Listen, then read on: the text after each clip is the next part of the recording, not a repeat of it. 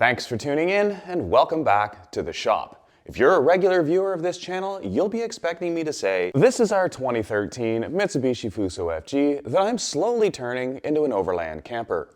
But today, we're gonna do something different. In a recent video, I gave you a little sneak peek of something I've done that's giving me back hours of my time. But there's a little bit of a catch. This is Mo, and he is giving me back time all summer, keeping 791 square meters, or 0.2 of an acre, or about 8,500 square feet cut. But it's not everything. Now what he doesn't mow, or at least not most of them, are walking trails. They're just too big, too long, and too far away from the house. Now I knew from the beginning that this was going to be the case, and I had a plan for the trails. And that plan, you may have also seen before, is this. Clearly, this skid steer is not a lawnmower, but that 60-inch deck and that engine can turn this into a trail mower. And that is what I'm going to start working on today.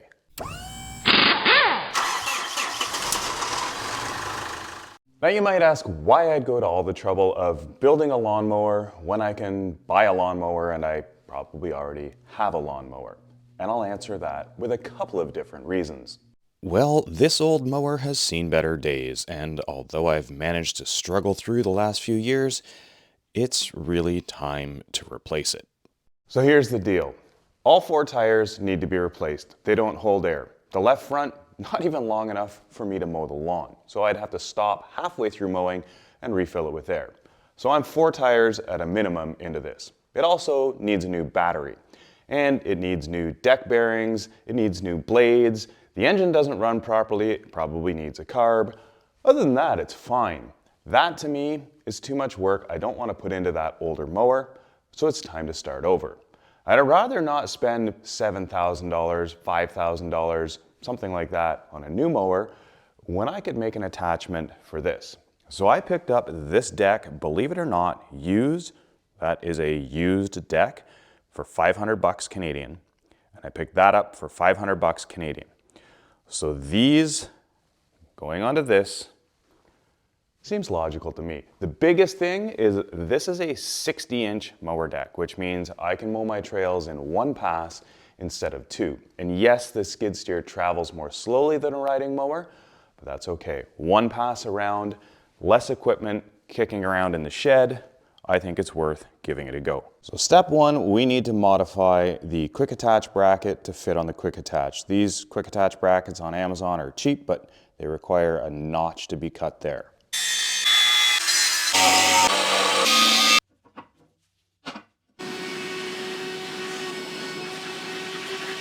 Oh, and I fully recycle the piece that's cut out by flipping it over and welding it back in. This removes some of the excess space that these brackets have.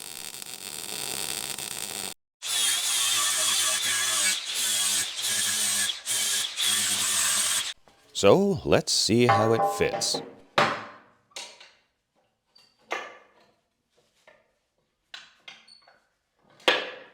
Perfect, and with lots of room for the cylinder and the lock handles. And now that we have the quick attach plate fitting, it's time to build the structure that's going to support the mower deck. Here's the plan. I'm going to build a 2x2 steel box tube frame that comes at 48 inches out ahead of the front of this plate. It's going to basically be a rectangle, goes out, goes over and comes back.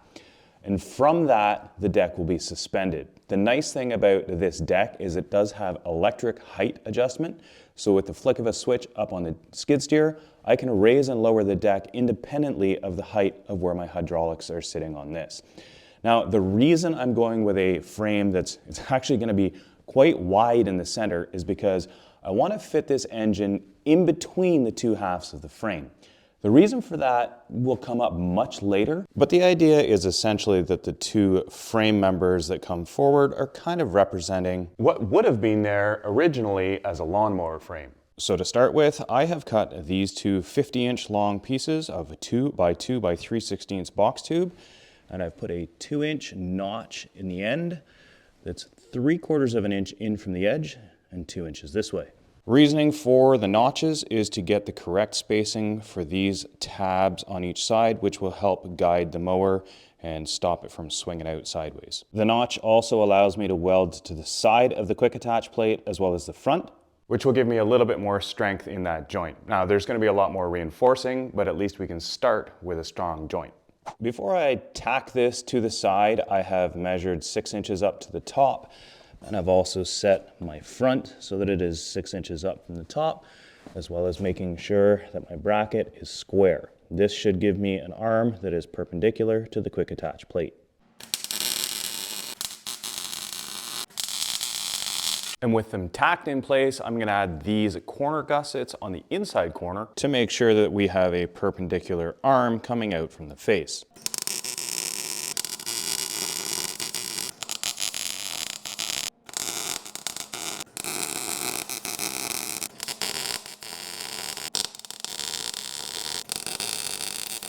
To keep everything straight and square, when I tacked those corner braces in place, I had a bar across the opposite end that's the same width. Now I can tack this in place, and once that's tacked in place, I can weld the whole thing.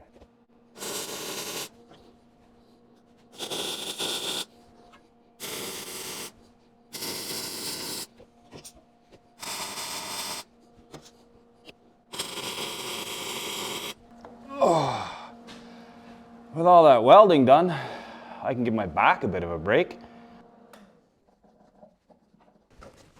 Whew, that's a lot of welding. So that is the start of one frame welded up. Now let's see how it fits. Actually, I think I'm gonna let it cool for a minute so I don't burn myself trying to put it on. I'm gonna take that minute to say, if you're somebody who's been watching my channel for the last several years, thank you. And I don't want to disappoint you, but I am at almost 200 videos of putting this truck together. And while it's great putting that content out for other people to see, it severely slows down working on the truck, working on things like this, and every other project that I should be working on. I know it's only been minutes for you watching this video, but I'm about 6 hours into putting this together. 6 hours to build a little frame like this is a little excessive. And it's not because that's how long it takes to build that, it's because that's how long it takes to build that and film it. So what am I trying to say? Well, I'm not gonna disappear from YouTube, but I am gonna do less content. You'll probably see shorter videos than what I've been doing, and you'll probably see them less often. For the last several years, I've been doing one video every week, and that is a lot to keep up with, and it basically leaves me with no free time. Now, if this is your first time watching one of my videos and you've enjoyed it, please consider subscribing, because that tells me that people are actually interested in what I'm putting together. There is more video coming, and I will continue with the Fuso build and building attachments for the skid steer and other things. It's just not going to be quite as intense as it's been for the last few years. Hopefully, this will give me more time to finish this and everything else that's scattered around in the shop. Now let's see how that fits on there.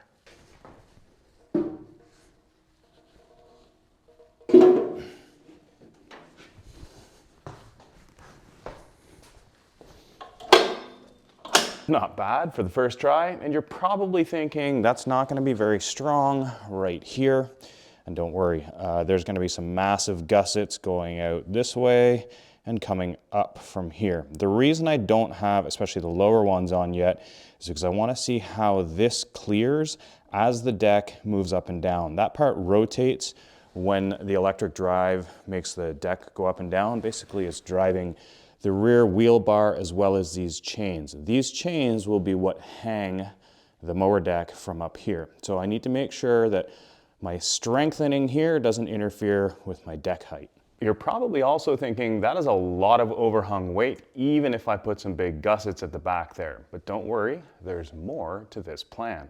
This is a cutoff from a project I started about 20 years ago. So my plan is to hack the front wheels off of that, which I hacked off of a riding lawnmower, and put them on the front of this. This will mean that half of the weight of the mower deck and motor are supported at the back, and half of it is supported at the front, or roughly. Now clearly there's some things I'm gonna have to change to that front end, but it's a good starting point. And remember I said I was building this a certain way because there was a dual purpose? Keep that in mind. I'm not going to tell you what I'm doing, but if you read between the lines of what I'm talking about now, you might be able to figure it out. So if you haven't already, you should probably subscribe so you don't miss it. It may not end up being the final setup, but if I just hack this off of here And stick it under here, we end up with I don't even know what you call that, but you end up with a thing. Now clearly the lawnmower steering setup on the front end of this isn't going to work because the front wheels need to be able to pivot and swivel to follow the front end wherever it goes, like a swivel caster. Temporarily, just for proof of concept, we put this, ooh, this is a back herder, up there. We start to get the idea of where this is going. And as usual, just like that, I've run myself out of time before I finish the project. I hope you enjoyed that video. If you did, give us a thumbs up. Make sure you check out the links in the video description. Hit subscribe because you never know when I'm going to be back. Until the next time, which won't be next week, thanks for watching, and we'll see you then.